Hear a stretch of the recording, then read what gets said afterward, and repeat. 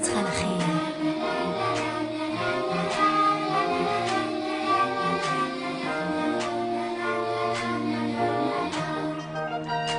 في الحفلة يضرن يتمرثيل ثامي الطوث أرقاز يتغيظ.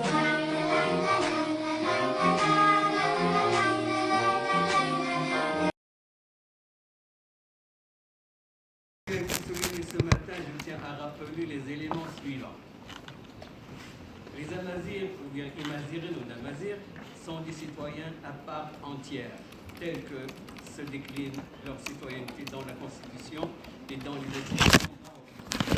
Les Mazirs ou les Amazirophones ont même titre que leur citoyenneté arabophone, et on a Darija, espagnol et francophone, parce qu'il y en a aussi, ou autres dans la diaspora, en Europe et par le monde, jouissent des droits protégés et garantis par la Constitution du Royaume. Les Imazirines ne sont donc pas une minorité. Ils ne font l'objet d'aucune politique indigéniste qui a été révolue avec l'indépendance du Maroc. Ils ne souffrent donc d'aucun régime de discrimination dans l'accès à l'éducation, à l'emploi et aux services de santé, aux hautes fonctions de décision, aux postes de responsabilité, au Parlement, aux partis politiques, etc. Tant que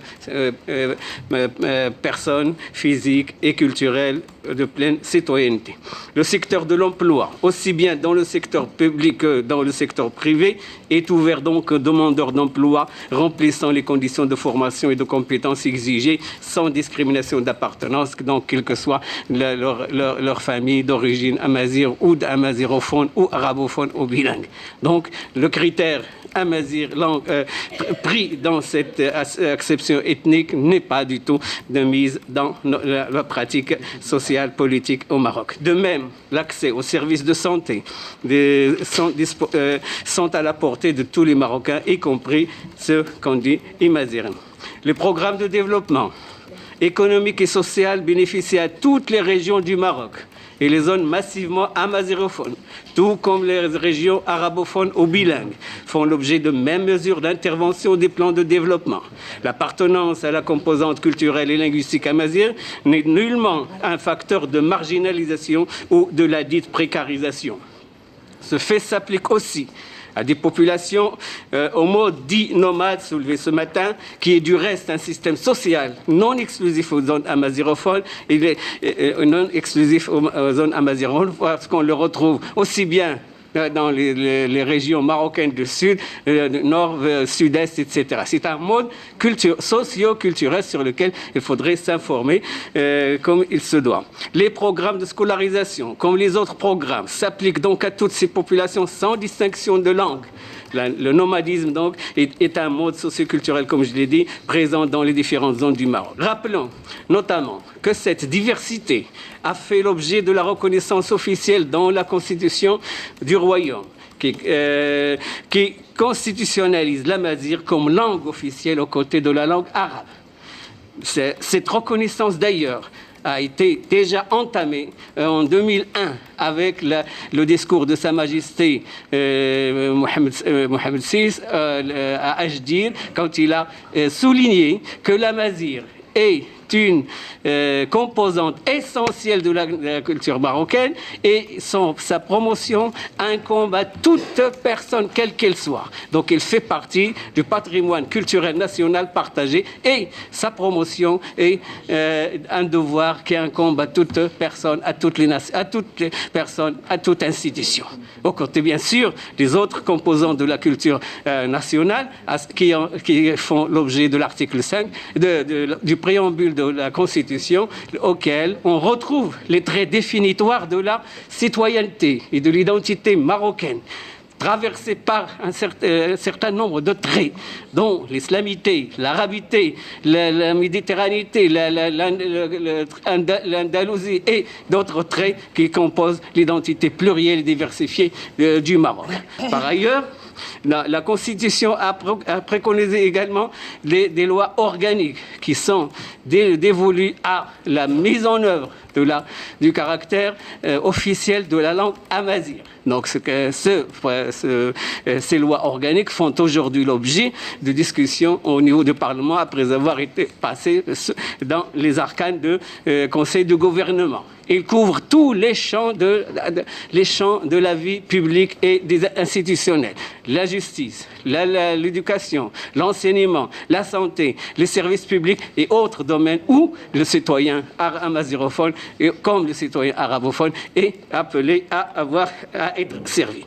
Par ailleurs, cette reconnaissance de la mazirité et de la caractère amazir a fait l'objet de l'institutionnalisation avec la création de l'IRCAM, avec le Daïr de 2001. L'IRCAM, Institut royal de la culture amazir, a été créé sous l'auspice de Sa Majesté, sous sa tutelle, et directement il est chargé d'apporter conseils et consultations à Sa Majesté, à la demande bien entendu, sur toutes les questions visant à promouvoir la culture amazir au niveau d'abord de l'IRCAM qui fait des recherches dans tous les domaines, mais aussi en partenariat avec les autres institutions, dont le ministère de l'Éducation, le ministère de la Communication, le ministère de la Culture et d'autres départements. C'est grâce à cette coopération et cet investissement de l'État, il a été décidé et appliqué la généralisation de l'enseignement.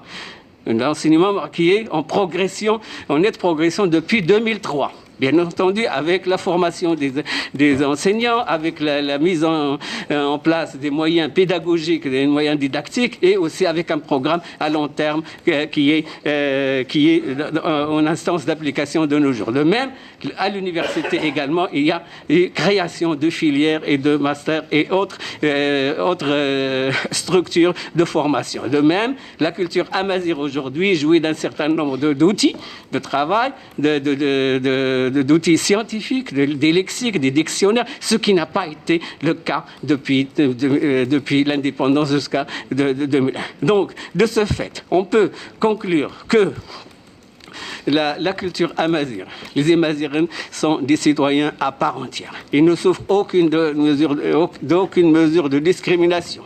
Ils ne sont pas une minorité, bien que leur culture a été minorisée auparavant, bien entendu.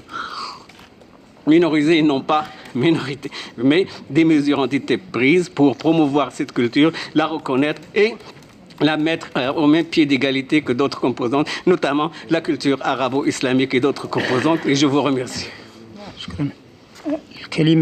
Je donne la parole à Madame El Mzouri, mais je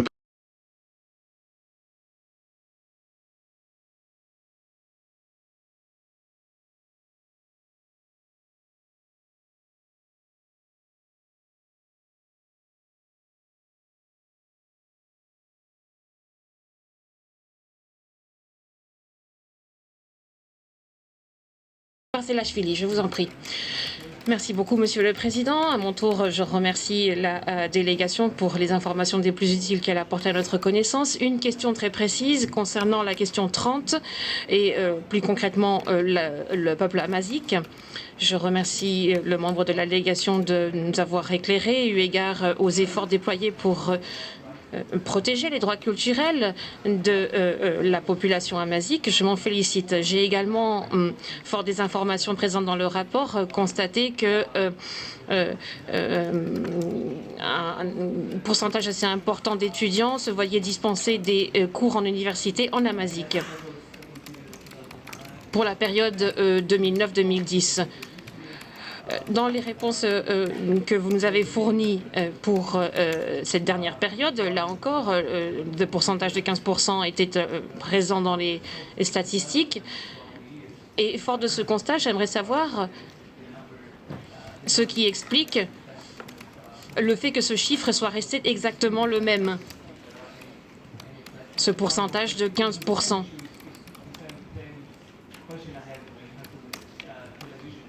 Et d'ailleurs, j'ai à peu près la même question concernant la radiodiffusion en Amazigh.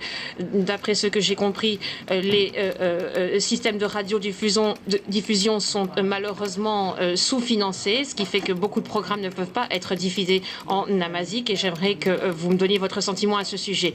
S'agissant maintenant des ONG, quel est le nombre d'ONG enregistrées et accréditées officiellement, habilitées à travailler autour de toutes ces questions liées à la population amazigh? Je vous remercie. Monsieur de Fruville.